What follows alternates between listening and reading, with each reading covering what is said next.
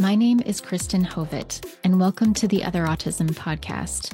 I'm a research communications professional, and I have a master's degree in health studies. I was diagnosed with level 1 autism in my 30s, and I also live with health conditions that are often co-occurring alongside autism. The Other Autism is a place to explore late diagnosed autism, discuss the latest in autism research, and hear directly from autism researchers, help dispel myths and stereotypes about autism and autistic people, and more. If you're autistic or wondering if you might be, I'm hoping this podcast helps you to feel more informed and less alone.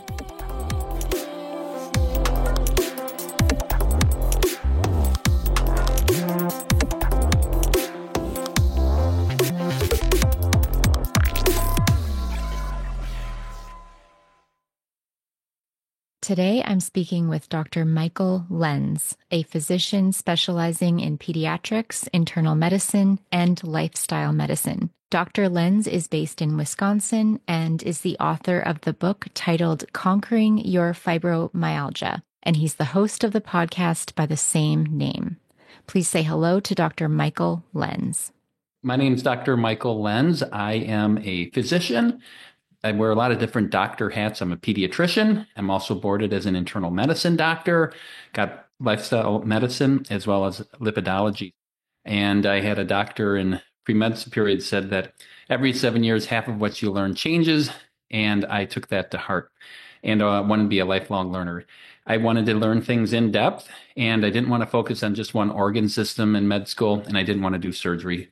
I always had a big heart for mental health and related issues. And I kind of went into medical school not believing hypochondria was real. I just didn't quite understand what it was. And I had to learn more among the fire hose of information we have to learn as doctors. And I'm married, and I have my wife who's a dietitian who teaches people about eating healthy and loves what she does. And I have 3 children, a son, Isaiah, 24, and 2 daughters who are in college and one at the senior in high school. And I practice in southeastern Wisconsin, and I see both general primary care, so from newborns through retirement and ages in between. I see lots of families, and when it comes to neurodivergency, part of how I've grown is I take care of a lot of extended families, from nuclear to even to extended families, because it's often hard for somebody who is neurodivergent to find a doctor who knows how and understands, can provide good support and care. So often I get referrals within families and then friends. And as we can talk more about this, I also have a special interest in chronic pain syndromes, often known as these invisible illnesses that are very challenging. My favorite group of patients actually are working with people who are struggling with these chronic invisible illnesses. Fibromyalgia is kind of the epitome, but under that umbrella are things like EDS, POTS, mast cell activation, chronic fatigue syndrome, migraines, IBS, irritable bowel, kind of the list goes on. The depth of suffering is deep, and the area or the time of suffering is profound. And when you can help somebody, it's one of the most rewarding things you can do, to help somebody live better with a evidence-based approach. So a lot of your work, as you said, is focused on chronic pain syndromes. I think many listeners are at least somewhat familiar with the concept of chronic pain, but can you explain what is meant by chronic pain syndromes? There are 3 types of pain. So I'm going to use a technical word. It's called nociceptive pain. That's one type. And this is in the last 2 years, the International Association of Pain, I forget the whole acronym, has come up with these 3 categories of pain. So nociceptive is what we think of as classic pain. In fact, a lot of people assume there is only one type of pain, and that's tissue damage. So if you think of an appendicitis, a bone fracture, ischemia in the heart when somebody's having a heart attack because the blood flow is not getting there, there's tissue damage occurring, right?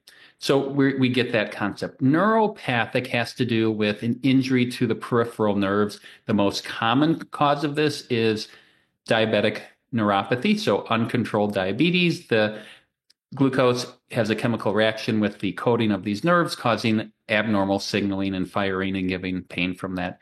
And another common source is under neuropathic would be a herniated disc that's compressing that nerve. When we come to chronic pain, the category is called nociplastic pain. That's pain that's been going on for 3 months, but it's not just pain. There's fatigue associated with it, there's insomnia associated with it, and there's cognitive dysfunction or struggles, also known as brain fog. When we look at a simple definition that I'll talk about, when we think of anxiety, anxiety is kind of, in pain, as definitions, are kind of like a fever. In itself, it's not very helpful because if you don't know the context. But anxiety is the perception of a real or perceived threat. And pain is the perception of a real or perceived tissue damage. We get into trouble or misunderstanding as doctors may not know these 3 types of categories exist, and patients often don't know these categories exist. For many people, when they have these nociplastic pains, there is this perception of a tissue damage when there isn't the tissue damage, or if there is tissue damage, the perception of tissue damage or injury is higher than the actual injury. That doesn't mean there isn't any less distress. That doesn't mean somebody with anxiety who is experiencing anxiety is not in severe distress, but they are in a safe area, per se. If we're talking about anxiety, there isn't an immediate threat, but there's a sense of an immediate threat. And it feels the same. I was just thinking, you mentioned hypochondria. So I'm sure that people experiencing that 3rd type of pain would often be labeled with that because people wouldn't understand where it's coming from. And like a patient I saw today, she had been seeing specialists for decades, even went to the Mayo Clinic, and nobody has given her the comprehensive help that she needs. Often people, when there's complications, they'll see a specialist. They might see an allergist for mast cell, but the allergist doesn't see the whole person necessarily in general sense. Or the GI doctor may see somebody for an irritable bowel syndrome, but their expertise isn't so much past that. They may then defer to a psychologist who's not the expert in the migraines, but the neurologist is an expert in migraines, but they may not be the expert in another area. So when we talk about some of the science that really makes fibromyalgia a real problem was functional MRI testing by Dr. Daniel Claw, done around 2002 or published around 2002, and associates in the studies where they looked at people with fibromyalgia and people without fibromyalgia. And they applied pressure gradually to the thumbnail, and they could measure the amount of pressure with a special pain meter. And they said, tell us when you are in moderate amount of pain. And what they found is those with fibromyalgia reported pain at about half the amount of pressure as those without. When they looked at blood flow or activation in parts of the brain, they found that the same parts of the brain were activated in both groups, but it was just at the lower threshold. So the experience of distress was, this is real, this is legitimate. And before that, they thought it was kind of like a psychological phenomenon. It's kind of like imagining things.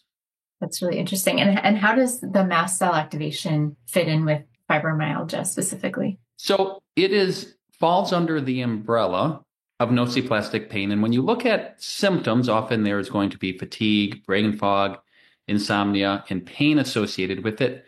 And then there is often other neurological endpoints where there can be rashes or hives or intestinal diarrhea or flushing or GI symptoms, often with an underlying stressor that activates and the body reacts, that hyper-responsive nervous system, and is reacting to the perception of a threat. And a lot of these are reflexive without any conscious effort. I think more research on this isn't just a mast cell that's overactive, but it's probably the central nervous system sending a signal to tell those mast cells to react. So is there anything wrong with mast cells? No. Just like when they do muscle biopsies of people with fibromyalgia, there's no difference in the muscle itself, but the central nervous system, the brain, brainstem, and spinal cord are reacting and sending. And what inspired you to become interested in these conditions, especially in relation to neurodivergent populations? Even before medical school, I remember people in extended family who might not show up for a 4th of July gathering. As a child, I remember asking my mom, oh, why is so-and-so, the wife, not here, that man? Oh, she's got agoraphobia. She doesn't really leave the house much, which was always a mystery. Like, why wouldn't somebody leave the house? What's agoraphobia? Well, they're afraid of outdoors, which didn't make sense. So I always had that curiosity. And there were extended family members who were struggling sort of with mental health, but that was kind of a mysterious thing in the 80s. When I started med school, my first year in med school in the fall, we had an optional lunch lecture on ADHD. I think it was by Russell Barkley because I think, was in Milwaukee at the time, but we had so much information. And if you are in the ADHD world, Russell Barkley is one of the internationally recognized experts. And I heard about this thing called ADHD and I didn't quite get it, but I knew that this was being described as a real phenomenon. And my first year in med school, we had to pick a health illness in our gross anatomy group. Every 4 people, you had a little group and it was divided in the alphabet every 4. So our gross anatomy group also was our small group on problem-based learning. And we had to pick a health condition. And what we would understand is that biopsychosocial understanding of it.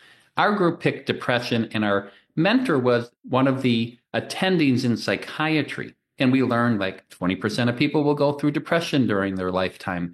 This is as common as high blood pressure. And so that mental health awareness, this impacts healthcare, right? In so many health issues. So I had that. Plus, again, we are learning so many other organ systems, every way the body is supposed to work properly and all the things that can go wrong. So I carried that into medical residency with an understanding that mental health has an impact. And had training in ADHD when I was doing pediatrics in my clinic. It was a routine, just like taking care of an adult with high blood pressure or asthma. We were diagnosing and treating kids with ADHD. At the time in the 90s, they thought miraculously it would go away at age 18.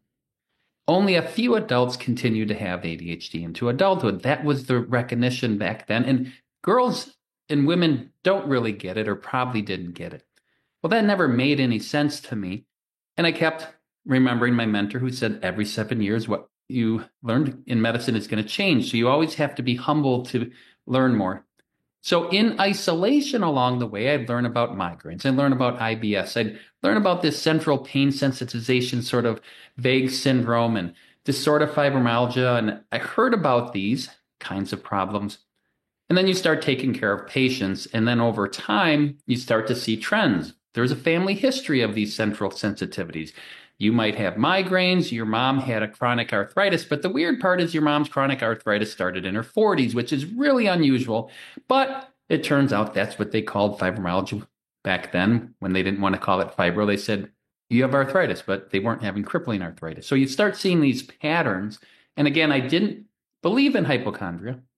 And now I had a big heart for caring for people who were struggling, and you start seeing these other connections.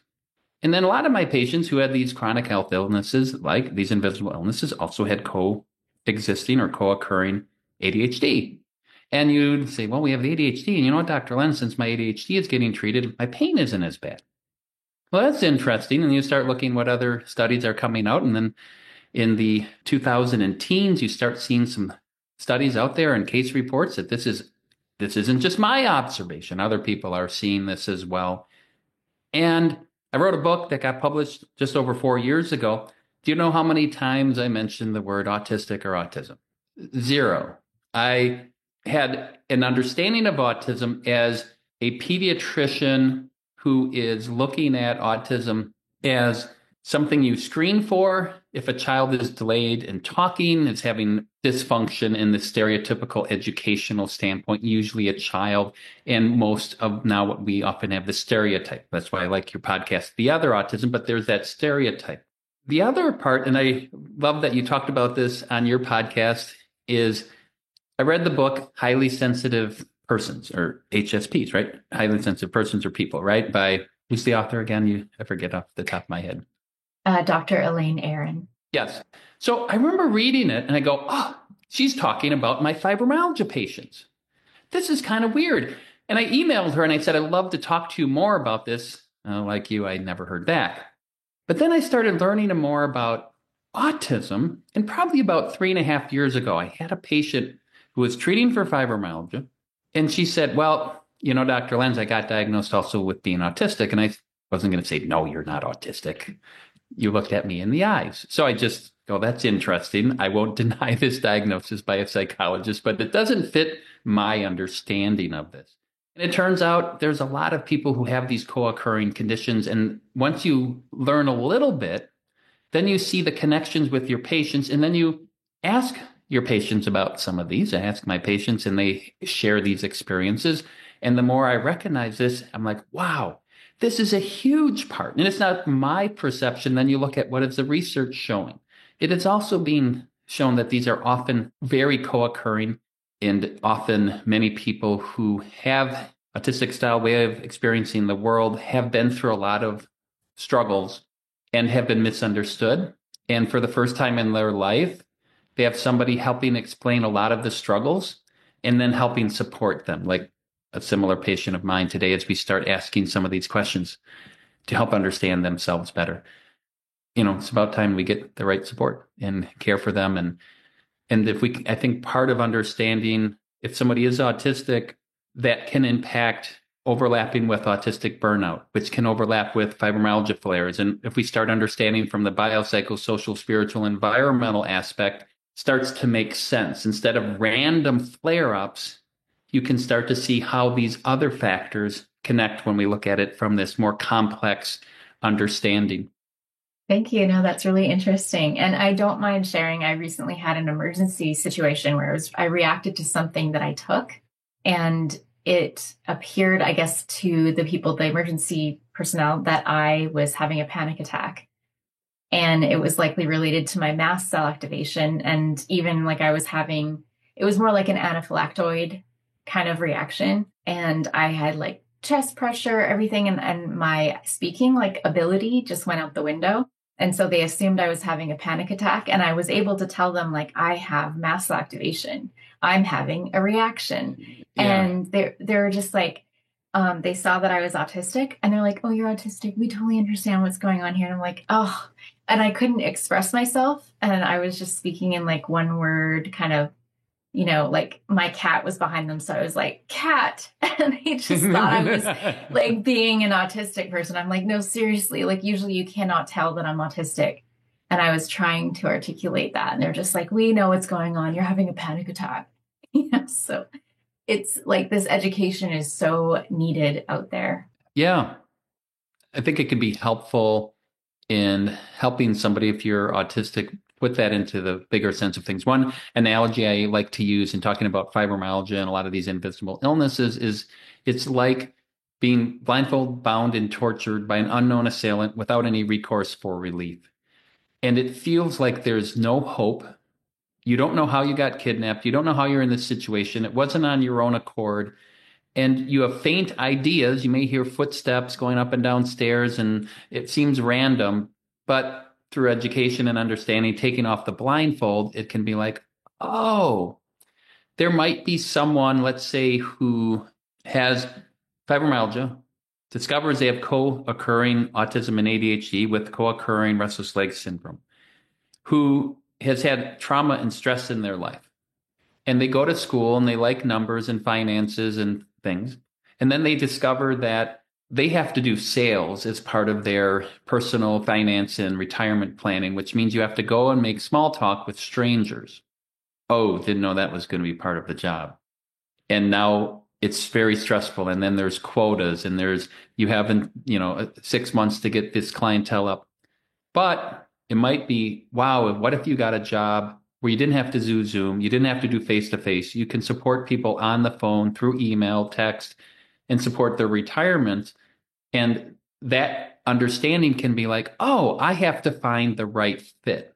When you have a patient like that and they then get the job, they start feeling so much better about themselves, and they can function better and hopefully have less stress about a job that is a bad match for their neurotype. In your experience, how do sensory processing differences in autistic and other neurodivergent individuals complicate the diagnosis of fibromyalgia or other chronic pain conditions? It's part of that. In fact, when you look at the Fibromyalgia Impact Questionnaire revised, one of the questions is, these are 0 to 10. It's a functional score. It's one of my early podcasts is, how bad is my fibromyalgia? And it's a tool I use if I was seeing somebody. I do the widespread pain index, symptom severity score for diagnosing, along with a careful history.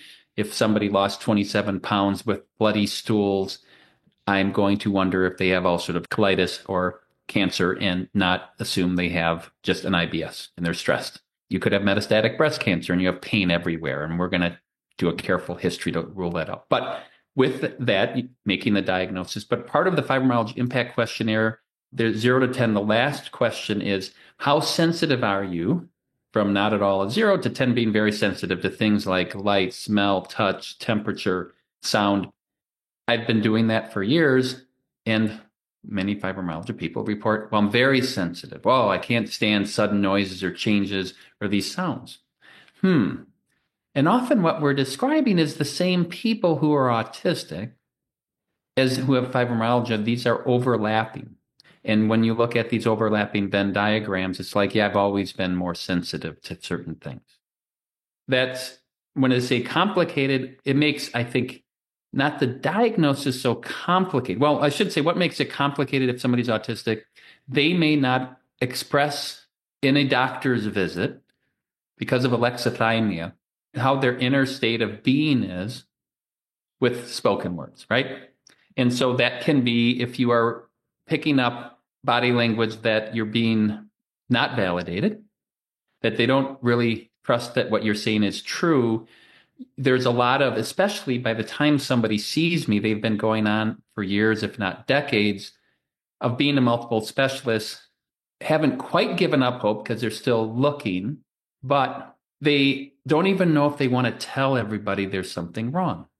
I'm giving a talk in 2 weeks at the Children's Hospital of Wisconsin Autism Clinic for the clinicians working there, talking about chronic pain and autism and ADHD and the overlap.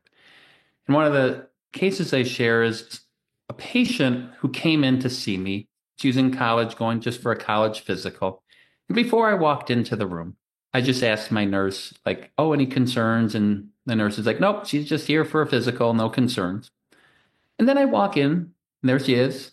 Nice, doesn't look any distress, looks healthy, like a nice invisible, somebody with an invisible illness, right? So in our computer system, we have medical records, and there's a problem list. She was new to me, used to see a pediatrician, and I see this problem called dysmenorrhea in the problem list. And sometimes there's things that says broken arm or strep throat or UTI, and I go, oh, is that still a thing? And she's like, yeah. I'm like, oh, like from 0, not at all a problem, to 10 being extremely uncomfortable. How bad is the pain with your periods? And she started to say it's like a 15. It's so bad I can't go to school for a couple days. And I said, well, I'm just curious, why didn't you tell the nurse or me when you made the appointment that you were having this? She's like, Dr. Lenz, I've been having pain since a year after getting my period. I went to the pediatrician. They gave me ibuprofen. It didn't help. I went to an OBGYN, and she said, all I can give you is birth control. And that didn't help. And I said, well, a lot of people who have pain with their periods also hurt other places in their body. They might get migraines, neck pain, other places. And then she started to cry, and she said, Dr. Lenz, I hurt everywhere. I've hurt everywhere since I was a kid. And I said, well, why didn't you tell me? She said, because nobody ever did anything for me. And I think my mom, I don't even know if she believes me. And no doctor's been able to help, so I just learned to stop complaining. I started talking to her, and I said, well, it turns out, a lot of people who have these kind of problems also have some co-occurring things, like problems with restless leg or periodic limb movement disorder. They might have ADHD. They might have an autistic-style brain and nervous system. Fast forward, she said, yes, my legs are uncomfortable. I can't lay still at night. It's hard for me to... I always have to be stretching and moving. I said, well, that's a medical condition. How long did you have that for? Oh, I've always had this since I was probably in elementary school. And I said, well, did you tell anybody about it? Well, no, it's just my mom said that's growing pains. I said, that's actually a condition now we understand it's a medical condition called restless leg. Made sure she wasn't anemic, treated her with medication, gabapentin. She slept through the night, did the evaluation for ADHD, had that. She was treated with Vyvanse, and we also did the CAT-Q and the RADS questionnaire. We talked about autism, reading the book, Is It Autism and Other Factors? And she said, yeah, that makes sense, being autistic. She also was having migraines. And she said, within a month of adjusting doses, she said, this is the first time in her entire life she had no pain with her period at all. A year later, her sister came in, who was in high school, and said, you need to see Dr. Lenz. Finally, they came in, and she was having some of those early kind of things. So I think part of what complicates it, and often it might be as gaslighting or minimizing symptoms, and often people will learn why, I guess you just don't complain, because you can sense that. And many times, if you're in childhood, the pediatrician, this is not in their experience. They don't know how to manage this. They refer to specialists. The specialists can't figure it out, and you get ping-ponged around and nobody gets answers. So that really resonates actually with my experience. And the other part of that is, like, I too remember going to the doctor when I was little and having, I think growing pains that were way more than they probably should have been. And that was kind of the start of things for me in terms of being gaslighted by physicians and others in the medical community. But the other element of that was my mom and I have very similar conditions and bodies. And so who does a girl go to when she has questions? Her mom. And so for her, those things were normal. So it was sort of like, oh, that's just what happens when XYZ, right? So for me, it was I didn't realize that what I was experiencing was not the norm for the longest time. Like, it took me, until probably high school and talking with my friends about these things. It was like, no, actually, I don't experience that. I'm like, oh, okay, interesting. So that was like part of my journey. But yeah, it's amazing. I can't even imagine how it would feel to go to a doctor and feel that validated. Like, really, it's a constant. Every time I have to go to the doctor, I'm filled with anxiety because I have to walk through all the things again, make sure I don't seem too hypochondriac or too needy or too extra. And also I had cancer in 2015, and that was a whole thing. And I talked about it a bit with my last guest, Dr. Paula Holmes Rodman. Her sister passed away from cancer, and she was talking about the concept of like the perfect patient. And so a lot of autistic women especially want to be the perfect patient. And it's probably because they've been so gaslighted over the years. So we'll tend to just be like, yes, and nod our head. And we're not really taking anything in, but we're nodding. So there's that too. And just wanting to show that we're going to do everything the doctor says, because we don't want them to think that that we're just not good patients, that we're not going to do what we're told, or, so. Part of that family, the mom did come in with their daughter who was in early high school, and talking with mom, she's like, Dr. Lenz, I'm pretty sure I got the same type of brain. I didn't know any better. That's what I was told when I was younger. And so it wasn't because your mom or this patient's mom, they were kind of like, this is sort of a normal thing. And why, if you listen to my podcast, I do a lot of history on my podcast of what medical diagnoses that were likely, what we called fibromyalgia in the 1800s was neurasthenia. And that faded in the 1920s and 30s as a diagnosis you may have never heard of, because then we started getting into the classic biomedical model, like, oh, we can use a microscope and we can see bacteria and we can have x-rays and fractures and eventually get antibiotics and do surgeries and anesthesia. And who wants to waste time on these invisible illnesses anymore when we can do real medicine? And that's kind of for 100 years or about 80 years, it faded until now we have this rediscovered that, yes, this was a real problem. A lot of the doctors were onto it at a time. I had a recent patient say to me, who was referred by another patient, and a lot of times people, like, hypothetically, we're in the same area, and you go, you should see Dr. Lenz. Let's say you have somebody who has these invisible illnesses, and you're like, I think you should check out Dr. Lenz. You're like, why? What makes him different? I don't know. I think you're going to like him. I think I think he's going to listen to you and you're going to be understood. But they still may go like, what? Isn't just a doctor a doctor? They're all kind of the same. So this was another recent patient I saw last week who came in, and she had been dealing with chronic pain issues, seeing a pain doctor, which often are doing back injections and things, and had seen primary doctors and stuff for things going on for years. And she went to her primary and said, well, I don't know, what do you think about this? What do you think's going on? What do you think the problem is? And she said, you just have to stop asking questions and stop looking.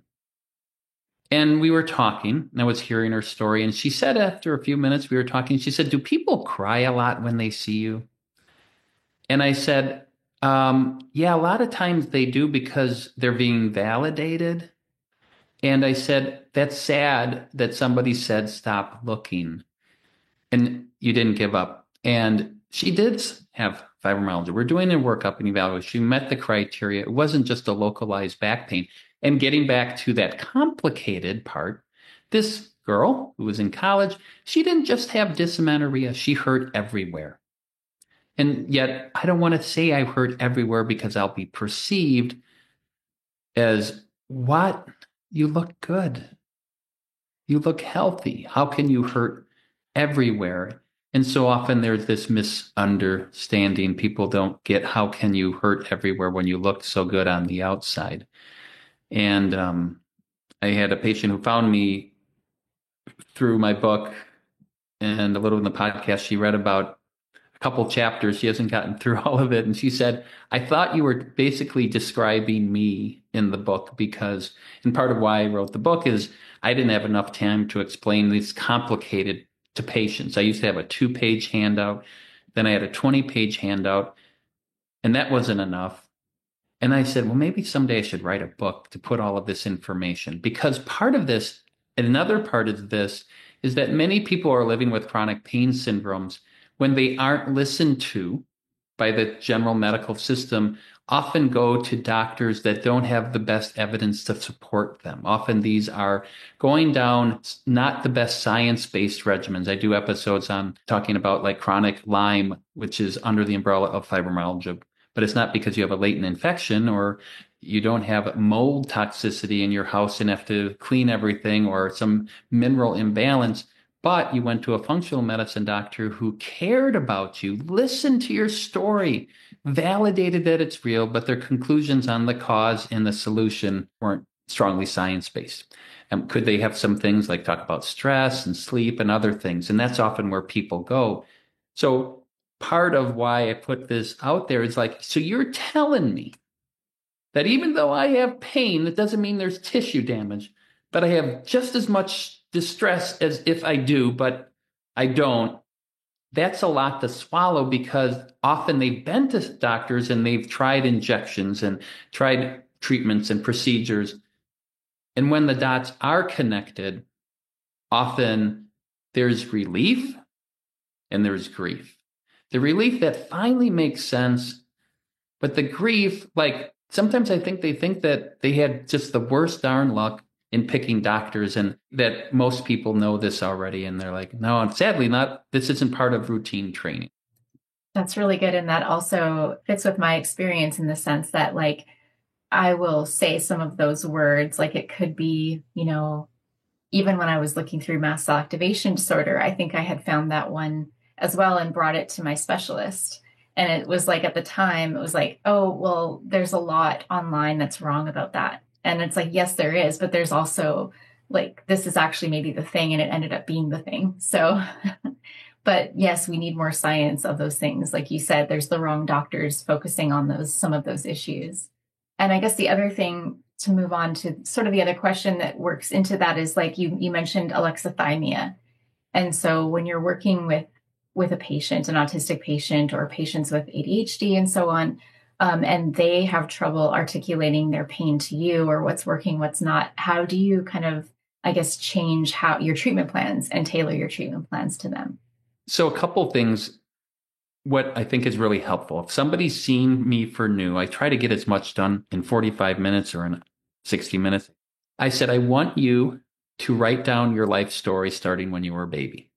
And that may seem silly. And I go, you don't remember a baby, but do you know one of the first syndromes or symptoms of invisible illnesses is colic. Now, some people remember going, yeah, Mom said that I was not like my sister. I was really a difficult baby. I never wanted to go to bed. I was fussy, which is interesting because having the lifelong perspective as somebody who cares for newborns through all ages, to recognize that. And I knew there were studies getting back, how do you get these connections? Like, wow, colic is connected with later risk of developing migraines, later risk of having IBS. I might be the only pediatrician in the country or the world. When I have a baby who has colic, I'll say, hey, Mom, Dad, I'm just curious. Do either of you have any history of like migraines or nervous stomach or IBS or pain or fatigue, or anybody in the family tree who's ever had chronic fatigue or POTS or fibro? And now that I'm aware of this for the last several years, one of those are connected. There's studies showing up to 90% of babies who have colic, one of the parents has restless leg syndrome. So if you start to look at these patterns and these co-occurring overlapping conditions, you can start to see this. So getting back to what do I have patients do, I say, I want to know about to infancy. What were you like? And sometimes you're like, oh, I never was a good sleeper. My mom said I never slept good. I never took a nap in my life, apparently. You start to hear, well, now if they're 45 years old, they're insomnia, but well, I never was a great sleeper. And then what was elementary school like? What were your strengths, right? What were your strengths? What were your struggles? What physical complaints or diagnoses or visits did you have? Did you go to the school nurse? What potential social things and challenges do you have? About 50% of autistic people have been through high stress situations, and that's a nice way of saying terrible, awful things. And I want to know about it. And I mention that ahead of time. I say a lot of my patients. And I knew that there was lots of trauma associated with fibromyalgia. Well, there's a lot of trauma associated with autistic style brains. Not because they've had this. Somebody who was raped in high school and in their early adulthood, and then says to me, Dr. Lenz, I'm so gullible. And it's like, no, you have predators taking advantage of people who trust and read things black and white and don't know people lie and don't mean what they say. And yet still, in their 40s, may carry that forward. So what was elementary school like?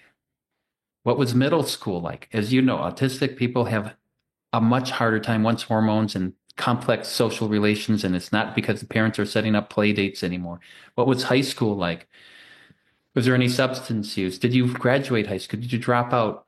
What about college if you went? What about post? What about relationship history? And often I say it's going to be about a page per decade of your life. So if you're 60, you're seeing me, it might be 7 pages. And I don't have time to listen to the story now, but you might not be able to express it now, but I do truly want to know your story because it helps me understand you better and care for you. So being able to go home without pressure and write and type that out and either send it through MyChart or medical messaging system to help understand, and they might see some patterns. I actually got diagnosed at age 37 with fibro. But I've had actually pain syndromes going back to age 7. And often when I hear actually a history is having chronic stomach issues, chronic stomach problem in a child should trigger a clinician to screen for autism. It's such a high co-occurring, and I know autism or autistic style brain, but I just use it in a neutral way. It's just a difference. But to be aware of that, it's very co-occurring, whether somebody got a formal diagnosis, but they might have said, oh, I got a lot of constipation. I was on that Miralax, or I was on a laxative or other things. I forget the original question, but alexithymia. So having that chance to talk about it. Then the other part is, well, how bad is your pain? That's where using these functional scoring systems, like I use the Fibromyalgia Impact Questionnaire, is a tool, because it's not tell me how bad your pain is, but how difficult was it to sweep the floor from 0 to 10? How hard was it to sit still for 45 minutes? And when you look at these questions, you start to see an autistic person is going to have more distress with this question. How difficult is it from 0, not at all, to 10 being very difficult in the last 7 days to go grocery shopping? How do you think most autistic people answer that question? Yeah, it's challenging. And so I had a patient I saw today. We went through it, said a 10. Almost embarrassingly, that she had to admit as a mom that it's hard for her to it's hard to go to the grocery store. Getting back to this, I brought up some of these things, and I'll ask a question now. From the book, Is It Autism? Learning, Continuing and Growing. I'll ask a question to my patients who I have these other clues that maybe somebody's autistic. I'll say, we've been talking, just taking a history about as long as we've been talking right now. And I might say towards the end, I'm just going to ask you a question. You're going to think it's weird. You probably have never had this question asked of you, let alone by a doctor. But how uncomfortable is it for you to have sustained eye contact with people you don't know well? And it's funny because just most of my female patients who have this mask very well.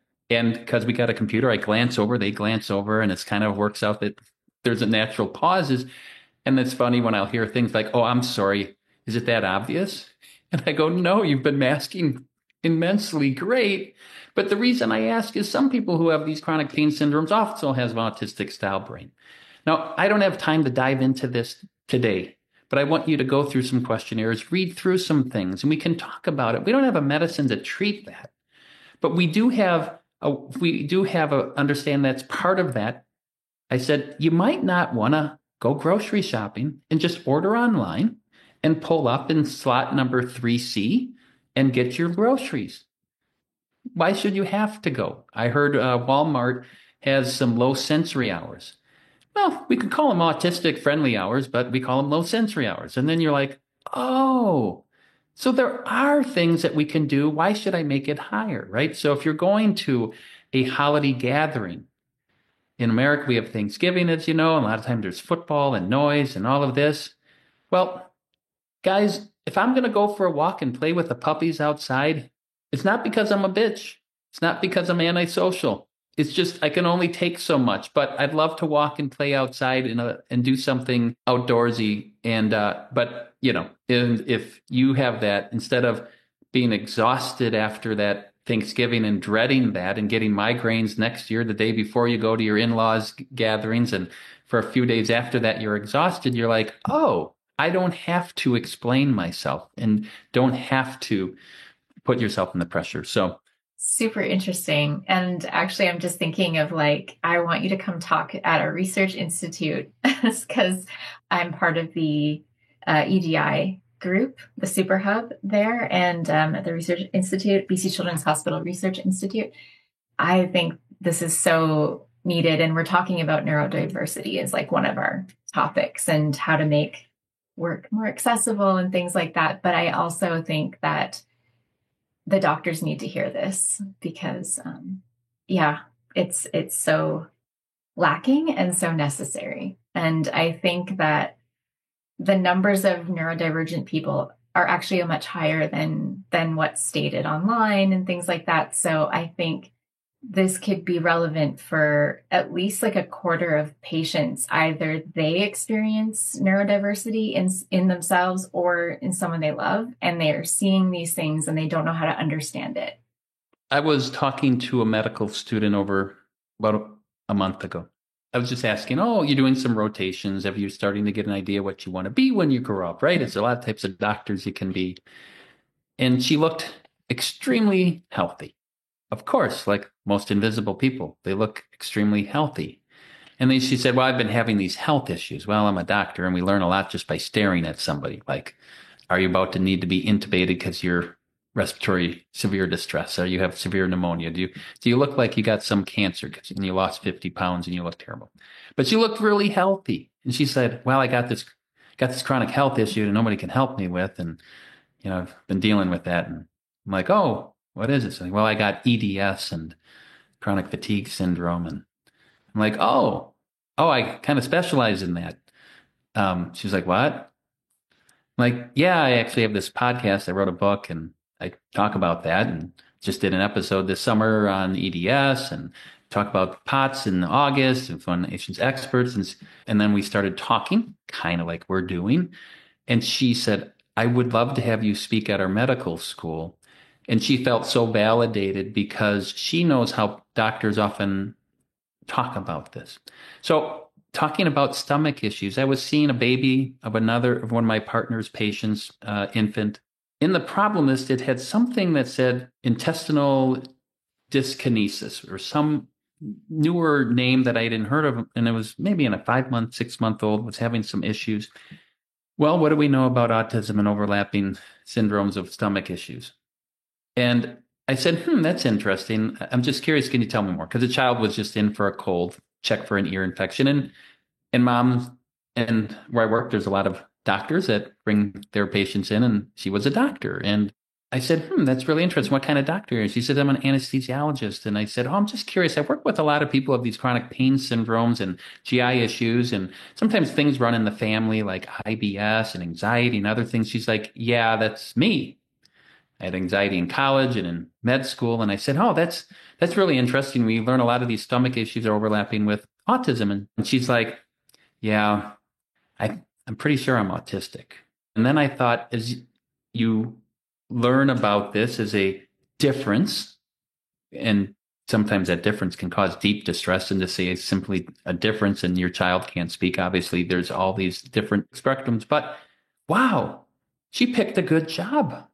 Being an anesthesiologist, you don't have to do tons of eye contact. You're very meticulous. You do things in order and you line things up, and all of that is good. But recognizing that, and what if already at 6 months, mom's aware of her diagnosis at 6 months of age that her infant has this, it keys us to think about some of these issues. And then mom is understanding her issues, which then we can give the support earlier in life so that they can be aware of these. And so we don't have to wait until you're older. But often I see these families, and that's often the diagnosis is made in one family member. And then I'm either going up the family tree or down the family tree, meaning if I'm seeing the child, then I go, hey, just like the colic, hey, which of you guys has this? And most of my patients who are getting these recognized in adulthood and they have children, they don't think it's character building to have distress and struggle like they had. They would love to have their child get the support and diagnosis and recognition that they need. From your perspective, and we talked a little bit about this, but what are some common misconceptions about fibromyalgia and similar conditions, and how can we work to dispel them? So I think that people think it's not real. It's all in their head.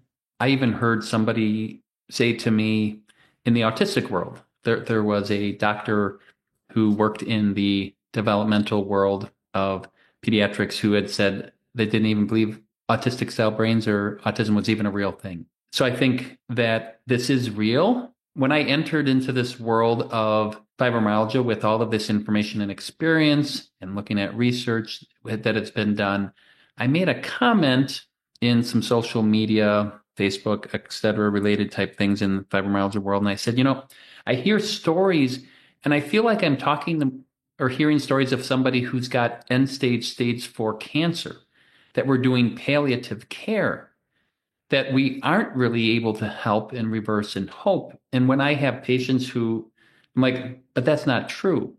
Most people feel there is no hope. There is just, I got to power through, and there aren't any good evidence-based solutions for this. And we do have real evidence-based solutions, and that comes from a comprehensive approach, right? When we talk about different sensory differences, we know that autistic style brains have different readings on quantitative sensory testing, like doing heat measurements. A study about 2 years ago came out that autistic people reported pain or distress at lower temperature settings with heat probes. That's the same kind of patients with fibromyalgia. So that this is real. And then if we can offer support with good comprehensive evidence-based solutions with multifaceted approach, and it's complex, but there is real hope. And what advice do you have for neurodivergent individuals who are struggling with chronic pain syndromes when it comes to advocating for their health needs? So I think it's learning from good, reliable resources. I think that's what my goal is, to put out there, that people can learn more and connect. I think getting good information, trusted information, recognizing this is a comprehensive approach. I think whenever you do an intervention, for example, people might say, well, I tried duloxetine, it didn't work. I tried this, didn't work. But using the Fibromyalgia Impact Questionnaire revised is a tool to look at functional scores. It is a tool in research to see, did somebody actually get better? Just relying on how bad is your pain isn't always a very helpful tool. But when we look at these others, you might say, well, you had a 25% improvement. Oh, but I'm still in pain. No, we told you that this isn't going to be curing you like a urinary tract infection.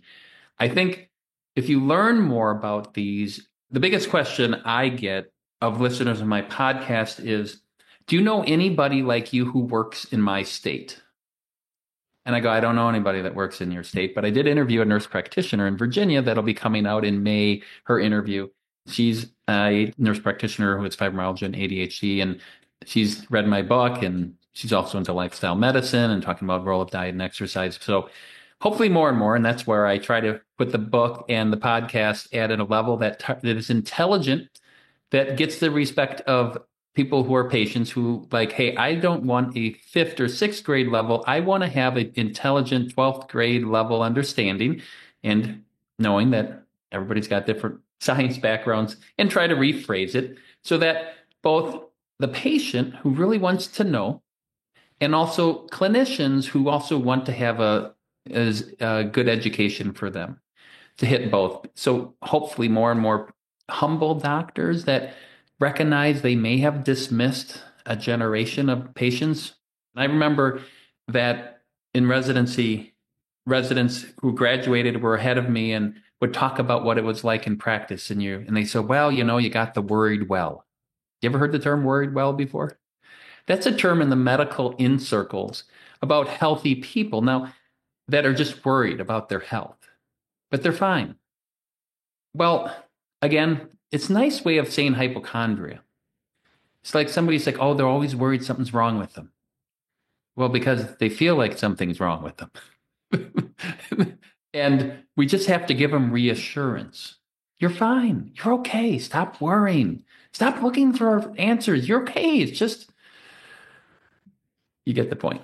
So, but when it comes to co-occurring conditions, like up to 80% of people who have chronic pain syndromes have ADHD. And the more severe your chronic pain syndrome is, the more likely you are to have ADHD. It may mean that your primary care doctor in British Columbia does not have experience diagnosing and treating ADHD.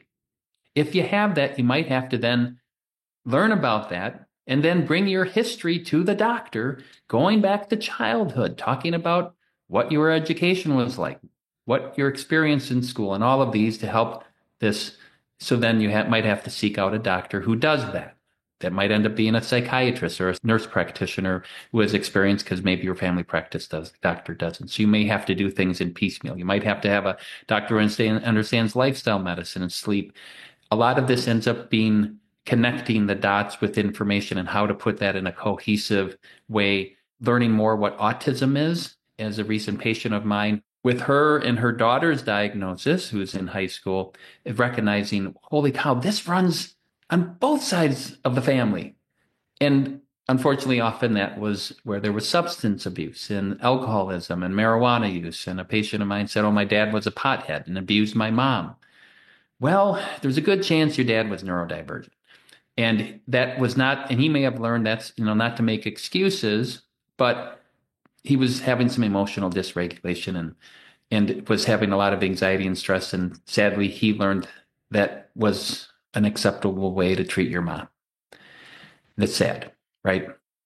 I guess what I was thinking about was actually like autistic doctors and other medical professionals, like how common that is. And because I have heard from some people who were former doctors and they got out of the field because they were burning out constantly.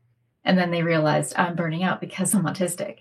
So I just wonder how common that is. And like, I've always loved medicine, writing, communicating, and medicine. And I feel like in another universe, I'm probably a doctor because I would have loved to have been in that world more. And I'm super lucky and grateful to be in the position I am now because I get to write about medical research and talk about it and podcast about it. But definitely I avoided medicine, like actually working with patients, because I knew that I just couldn't do it. I wouldn't be able to do it with the one-on-one interactions and all of that. So yeah, it just makes me think, like, how are people supported going through medical training? And when they connect the dots, if they do, what are the supports, if any? And I think especially when we're looking at the other autism, the people who have average to above average IQ, who mask, who can on the surface get through things. I think medicine actually, there are fields that actually attract higher percentages of people who are neurodivergent. And when you start to see and look and know what to look for, as a little aside, many of my patients will say to me or make comments, and maybe you can already sense this, is, Dr. Lenz, you ask questions that no doctor has ever asked me before. And when you look at somebody who comes in who has some hints that they may be neurodivergent, just having a chronic pain syndrome should at least make you wonder, is this patient neurodivergent in some way? Are they autistic? Do they have ADHD? Do they have both? Do they have dyslexia? All these other things. You should just ask that. But if you think about having somebody, had a patient who was a teenager, was having some clues that he may be neurodivergent and some stress related to that. Family history. Well, it turns out mom and dad have married, divorced, married, and dad is in a subspecialty of research in the field of medicine. He loves talking about the kidneys. He loves talking to doctors who like to talk about kidneys. He likes reading articles about kidneys and writing papers on kidneys and researching kidneys.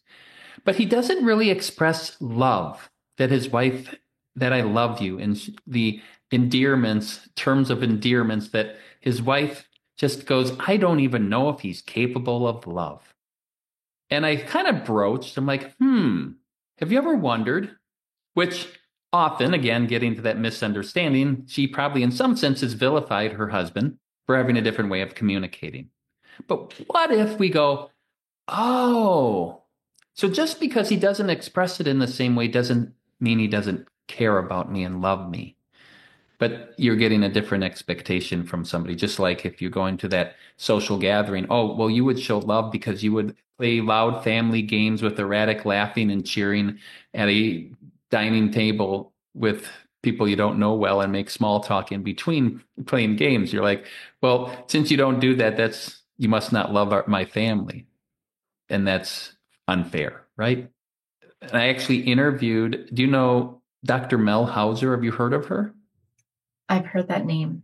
Yeah. Okay. Well, not to quiz you, but I did an episode interviewing her, I think it was 2 years ago and she's an autistic family practice doctor. I think she'd be great to have on the podcast because she's autistic, and she discovered when her daughter had more stereotypical symptoms of autism. And like any mom of a child who has any kind of diagnosis and struggles and distress, whether it's diabetes or asthma, you want to research it, right? You want to, especially in the modern access, you want to learn about asthma or cystic fibrosis, whatever it is. And she started researching, and she's like, well, I kind of got a brain like that. And she was having some burnout caring for her child who had higher support needs. And she was in a classic primary care semi-rural setting, and it was causing distress. So she switched her career from being on call and sleep disruption and other factors to having a clinic called All Brains Belong in Vermont, where the staff and the clinicians are autistic or understand autistic, but a lot of the patients are autistic. So kind of a neat example of one doctor doing that to help support people. And I think about that burnout question. And I go, and we talk about it, but I wonder, well, how many of these are people who are neurodivergent? And are we really screening for neurodivergence? You know, we can talk as you talk and say, well, being autistic is just a difference. Well, that difference can cause severe distress. And when I read the book, Is It Autism by Donna Henderson, who I interviewed in October, when I saw the stat that 2 out of 3 autistic adults have had suicidal thoughts, and 1 in 3 have had an attempt or plan, And 40% of adults who attempt suicide are autistic. I don't think most suicide helplines and crisis centers are even throwing that into the equation. And often what I hear is somebody who was told, well, these can co-occur, like bipolar, because you did something impulsive or something. And often these aren't even in the equation to consider that. And what if we looked at it the perspective of somebody who is autistic and went through and experienced the world differently, and how can we understand them and support them better? What are your thoughts on that? Oh, I have a lot of thoughts on that. Yeah, that's interesting. I've also had, suicidal ideation. I don't think that's a surprise at this point. But when you're reaching out for help, like one of the first things you'll be told or sort of walk through is like, oh, you need to build up your, social life or something, which is kind of like the wrong direction for an autistic person, especially from a neurotypical standpoint. Like if you're pushing all these social events, that just leads to feeling more overwhelmed and increasing burnout. And so you could have a higher support system, like technically, and still feel worse. So I just recall that being a pressure. And then also just being told certain treatment options like CBT or things that, in their normal like manner doesn't actually work well for a lot of autistic people. It's like, I can see the strings. It's like you're getting me to gaslight myself, basically. For like even some CBT is helpful, but a lot of the CBT that I tried felt like I was trying to change real thoughts or real perceptions. It's like, I'm not going to sit here and lie to myself. So this isn't helpful. I had a patient of mine just about 2 years, a year and a half ago, as I'm learning more. And I had read that CBT doesn't work in autistic people. Well, and what's funny is I'm taking care of a patient of mine who's had some chronic anxiety. I've known well. He worked in a band, on the outside, retrospectively masking, likes music, all of this. And he said, yeah, my therapist said, there's not much else I can do for you. And he's like, yeah, it wasn't really helping. We were doing cognitive behavioral therapy. And I said, I've known you for a while, but I just was reading that CBT doesn't work well in autistic people. And I've been treating you for your ADHD. And I don't know, I'm just throwing it out there because there's a lot of stuff you can learn. I don't know if that ever came up, if you ever wondered or if it showed up on your social media algorithm. And he's got a smile and he said, yeah, well, the singer in my band, well, she's autistic and she's been telling me, well, you're autistic, don't you? And so support therapy is going to be different. I got a chance to interview Megan Neff, who wrote Self-Care for Autistic People. She found out as a late diagnosed woman when her child was diagnosed with autism, she started looking at the family trees. And as she's a psychologist, like, okay, that's my family tree, not my husband's, and started having connections. And I recommend the book for that because exactly what you say, you need exposure therapy. You just have to get out there. And that actually can be worse, especially if it's not in the right context with the right interests in the people and the things that you're interested in. That can cause stress, or it might be tailoring that with that perspective. That's why I've kind of shared with my daughter. I'm like, if you can really help care for autistic people, that is going to be the biggest need to help give the right perspectives. Because again, kind of like we're talking about the same people often, whether it's fibromyalgia or anxiety because of social stress, is being validated. Like you said, well, I don't want to have to tell me that I shouldn't feel like my stomach shouldn't curl up when somebody with strong cologne walks in. Well, it does.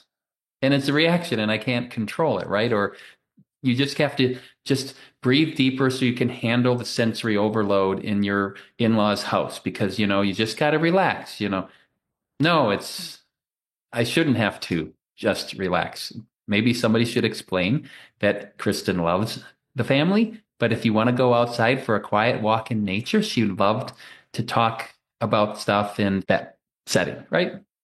Definitely. And when you were talking about validation, that's exactly what I want and need, and I would love to see for everyone else in the autistic and neurodivergent communities. The other thing is like I want to be validated but not infantilized. I don't know if anyone of your patients speaks about that, because I don't feel that coming from you, but I have felt it from some people who are like they have a certain level of education about neurodiversity. So you tell them you're autistic and they're like, oh, good for you. You've accomplished so much. And they start talking to you like you're about 5, right? So that's something I've noticed. And I don't know what needs to change to start addressing that. Like, I don't even know how to address it in the moment. Cause like they're being nice, but it's like, I'm like an adult. One thing is if Elaine Aron had a sequel to her book and said, HSP really meant to be autistic people, rephrased, because that was a bestseller. And if that was, mea culpa, actually, this was me just describing something that better fits the autistic diagnosis, then I think that would change the perspective. You have people like you and I understanding this, but it's not regularly understood. But I think, how do we get that out there? When you've talked about that on the podcast before, on your podcast, so much resonates with me as this is the same group of people, but we're just looking at it differently. Yeah, for like Elaine Aron, she's reached millions of people probably at this point. And you try to tell someone in that group of, individuals with HSP, you're probably autistic, and they feel offended. That shows that we have a long way to go as a culture to change the understanding. It should be neutral. Like if you get that diagnosis, or if someone recognizes a person as autistic, that's not saying something's wrong with you, because it's currently a bad thing still. And so like I've had conversations online with HSPs who are just like, no, I can't be autistic because, and they use those things you mentioned, like I can make eye contact, even though they're not addressing the fact that it hurts them to make that sustained eye contact. Or like for me, it feels like I'm going to jump out of my skin. Like my whole body's just buzzing to get away. Like I want to jump and run away, but they don't address those things. And so it's really hard to have a conversation with HSP. So if Elaine Aron, if you're hearing this, like, please, like, I feel like you could change so many lives by just admitting that there's this other element you're missing, and just rewrite your books a little bit, and then it will address all those issues. I don't know. It's frustrating. Yeah, and like she said in the book, well, it's not autistic because. I'm like, well, no, that's actually you don't know autism in a more updated understanding, because they can talk, or they have these IQs and all of this, and highly sensitive, and often that's still used. Oh, so and so's highly sensitive. She's like an HSP, and I'm like, yeah, actually, that's in modern understanding now. We call it autism. And for when I work with patients, I think the majority who have these co-occurring things, who just feel extremely validated and helped. But I think there's some who don't like me. And because I'm telling them that they don't have tissue damage, but they have this nociplastic pain, their perception is different. And oh, by the way, you might be neurodivergent. Now, I try to do that in a delicate way. And sometimes it seems silly, because many people, and probably the majority who listen to your podcast, would be like, oh my gosh, I'd be validated. I've known that for years, but I was afraid to tell a doctor because my therapist poo-pooed it or dismissed it, or a psychiatrist didn't even understand what it was. And like, oh, you're fine. You don't have that. Why worry about that? When even though they knew something was different, but not knowing that. And so knowing how some people might react, like you may have that, they're like, I don't know. And when you have somebody who you go through this and they meet the criteria and you talk through it, and I said, so do you want this in your problem list in your chart or not? And most people are like, well, of course. Yeah. Occasionally you have somebody says, you know what? I know what it means and you know what it means, but I don't know somebody else who's going to look at this chart that's not you or I will understand what it means. So don't put it in. And then there's occasionally somebody who says, well, I want to be a dual citizen or might want to Canada. My autistic patients can't become Canadian citizens, right? I think there's these other aspects that, again, is based on an outdated understanding. Like we don't want to have people with high support needs coming to our country, right? You've probably heard these types of questions before, but like if you could wave a magic wand and you could see like certain systemic changes or innovations in the healthcare system for these neurodivergent patients, what would that look like? I think it would be nice to get curriculum probably in the undergrad level so that this is a standard part of psychology, intro to psychology, that this is part of that. When we have an updated understanding, this is just part of their undergraduate understanding so that we know that, right? That's just basic science, neuroscience from that standpoint. And also hopefully in the curriculum within medicine. The problem is I heard there's 12% more information that medical students have to learn now than when I was in med school in the 90s. Adding more information, but it'd be nice to have somehow to incorporate that into the curriculum and weave it in. It almost is like we have to have a specialty created that is for these chronic pain syndromes. The problem in our system, chronic pain is usually looked at in a biomedical approach. So if you go to a pain doctor, they're more likely to do a biomedical intervention. They are going to be trained to put needles in the back, do injections, and try medications, but aren't trained to be screening people for neurodivergence and then understanding what that means. So it would be great if that's part of the curriculum. It probably will take neurodivergent doctors or people who love neurodivergent people, who care for people, to have that part of the curriculum and to talk and change the language. So when you talk with a medical student who has this, is not afraid. When I care for many people in the healthcare system that are loving. I have a patient of mine who was referred by another patient of mine because they're hospice nurses. You know, what a great place if you're autistic. People are unmasking when their loved one's dying. And you can unmask as a nurse. You don't have to pretend. And yet you can have that deep compassion come through. If you're listening to my podcast, you're going to have people living with this, sometimes patients, but mostly they're guests who are lived with some chronic pain syndrome and sharing their lived experience so that other people can hear that and they can actually talk openly about what it's like. So other humble clinicians who are open to understanding patients who are dismissed and getting support for their patients, and also have evidence-based understanding, because I can't have every doctor shadow me. I can't have every medical student shadow me, but hopefully that'll start to become normal. I do think that in Canada, and I'm sure likely in Canada and the US, once a year, it's a quality of care, we screen patients for depression. That's a good thing. We've known that for decades, that people who are depressed are less likely to take medicines, more likely to die after their heart attack, all of these kind of things, right? Less likely to control diabetes. I think that we have to kind of get into screening mode, and we screen for things in what we call autism, just a difference or a disorder. I like to call it distress, and it causes disruption. It can.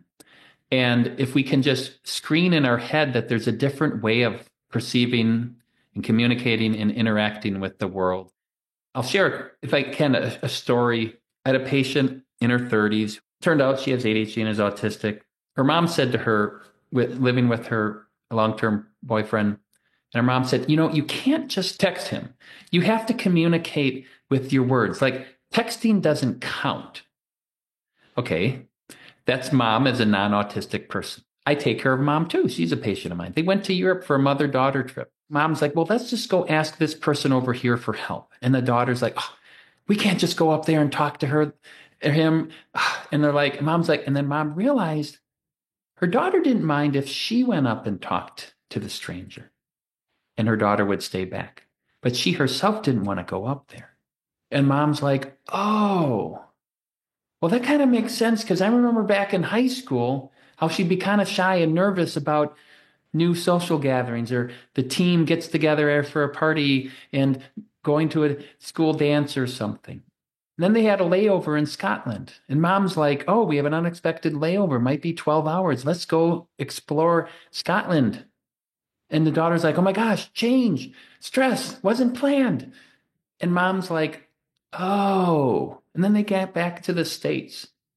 And dad, who loves electronics, was a handsome, stoic kind of guy in high school, football guy even.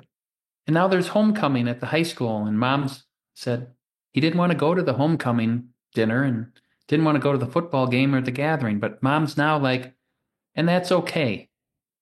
And I still love my husband. And I recognize, well, that's where that autistic gene kind of came from. And just recognize that's okay if he doesn't want to come to a loud football game, into a social gathering and make small talk with people you don't know well. I have one fascinating study that I'd love to share, but what are your thoughts on that? This is kind of going in another direction, but I think it's fascinating and I think it's worth saying. But what are your thoughts or response to that? I'd love to hear that. And it sounds like with that example, just like if neurotypical parents or spouses can just kind of change their thinking, it doesn't take much. It's just like a little bit and kind of sustained effort to like educate themselves. It can mean so much, just those little tweaks and understanding. It can change relationships for sure. But yeah, I'd love to hear this study. Two similar studies. We now understand most people who are autistic also have ADHD, but not all. They did a study in people who had ADHD and people without ADHD, and they did a simple study. They said, put your hand in a bucket of ice water, and we have a stopwatch. Tell us when your hand starts to feel pain, and hold it in there until it's unbearable, and we're just going to measure the length of time. And what they found is people with ADHD reported pain about twice as fast as those without. And they pulled their hand out almost 3 times as fast as those without ADHD. When they asked how bad was the pain from 0 to 100 when you pulled your hand out, both groups said it was 90 out of 100. Then they gave the people with ADHD methylphenidate or Ritalin is the other name for that. And 2 hours after they got it, they repeated the same test. And there was a 210% increase on average on how long they could keep their hand in there before they reported pain. They did the same study, that was in adults, a similar study in middle school, I think, age kids with and without ADHD, but they did a dolometer, which is a pain meter. You push and it gets so many units of pressure. And you said, tell us when we put in these pressure points, when you report pain, okay? One of the areas, the forehead, they pushed, and it turned out people with ADHD, kids with ADHD, reported pain at about 6 units of pressure. I don't know the actual type of unit, but it was 6 units of pressure. And those without ADHD, it took 12 units of pressure on the forehead before they reported pain. They did the same thing as they did with the bucket of ice water test. And they found that when they give them methylphenidate or Ritalin, 2 hours later, in the forehead pressure testing, their pain threshold went to 11. So treating ADHD, if you have it, which is co-occurring, can help decrease our perception of pain and that sensitivity level into a more of a normal range, and normal meaning that bell curve shifted, not to the point that you don't feel things, but the distress is more into tissue damage. Because if you hold your hand in there long enough, you could seriously injure your hand in a permanent frostbite, right? If we were stranded in, I don't know, a glacier in British Columbia and a avalanche, eventually our appendages could get seriously frostbite, and we want to get them protected. Well, when I was listening to you, I've heard from some people, some autistic people, I don't know if they're ADHD as well, but they talk about having higher tolerance to pain in their perception. I don't know if that's correct or if they're talking about like certain types of pain. That is historically has been said that a child might burn themselves on the stove and not know it was injured. And there may be some of that, but there was a study that looked at quantitative sensory testing with heat and showed that actually autistic people did report that. I think one of the more updated understanding is because communicating is different. Because of alexithymia, they may not communicate distress in the same way. So that could be part of it. And I hear that a lot in my patients who have chronic pain. They will say, well, Dr. Lenz, I have a really high pain tolerance. And then as we get to share and hear the stories more and just listen, I don't jump out and say this, but as the story unfolds, I'll go, earlier you said that you had a high pain tolerance. Would it maybe be better to say that you have a higher complaint tolerance because you've learned to not complain about things because you've already gone through that over the years, and your mom said that's just normal to hurt everywhere. You get pain with your periods. Suck it up, buttercup. And so that it's trying to build a little, well, it's masking in one sense. It's that bravado that say, yeah, I have a high pain tolerance. And if you really knew how much I'm in pain, you can't tell because I look like I'm okay. And that's often when you're communicating with people who are not autistic in an emergency setting. It may be, I don't look like I'm in distress now, but my pain is severe. Just because I don't look like I'm in distress doesn't mean I'm not in pain, because I communicate differently. And you've probably heard that. And often I'll hear that on fibromyalgia sites, most of whom do not even know that they're neurodivergent, if they are. But they will say that same thing about their interaction with the medical field. And often it's the same people, just often don't even know that it's like chronic fatigue syndrome and fibromyalgia. Now we understand they're the same thing. I guess the other question too is your book, Conquering Your Fibromyalgia, podcast and book. You said that your book didn't have information about autistic folks and ADHDers. I had information about ADHD. Oh, okay. ADHD, but not autistic. And yet, when you look at this, looking back, it was there. I just didn't even know that you should consider the word autism in somebody who had average to above average IQ, who could look at and talk to you like in mask, and that there was even that, didn't even know it existed. So you can't make a diagnosis. It's kind of a message. You can't make an assessment of somebody if you don't even know that's part of the differential diagnosis. If you can't make the assessment, I would encourage the listeners, if you get a chance to listen to this podcast, if you get a chance to listen to my podcast, to share it with friends and family. And I think you'll enjoy a lot of this broader perspective. If you're sad that you didn't get diagnosed and helped until you were later in life, recognize Margaret Mitchell, who wrote Gone with the Wind, born in 1900, she never got any help. And when you look at people who've gone through history and the misunderstandings, there were people who were on track with things in the 1800s, but then they didn't have the support. And I love caring for people who are autistic, who have ADHD, who have chronic pain syndromes, who are struggling, because it offers some real hope and understanding with a real comprehensive approach. And if you are in the Wisconsin area or near Wisconsin, you can make an appointment to see me. A huge thank you to Dr. Lenz for being my guest on the Other Autism podcast. And that's all I have for you today. Thank you so much for being here. Until next time, bye. Thank you so much for listening. If you enjoyed this podcast, I invite you to leave a rating or review and share this episode with a loved one. If you'd like to submit a question or message to listeners, please send an email. You can find the email address and more in the show notes.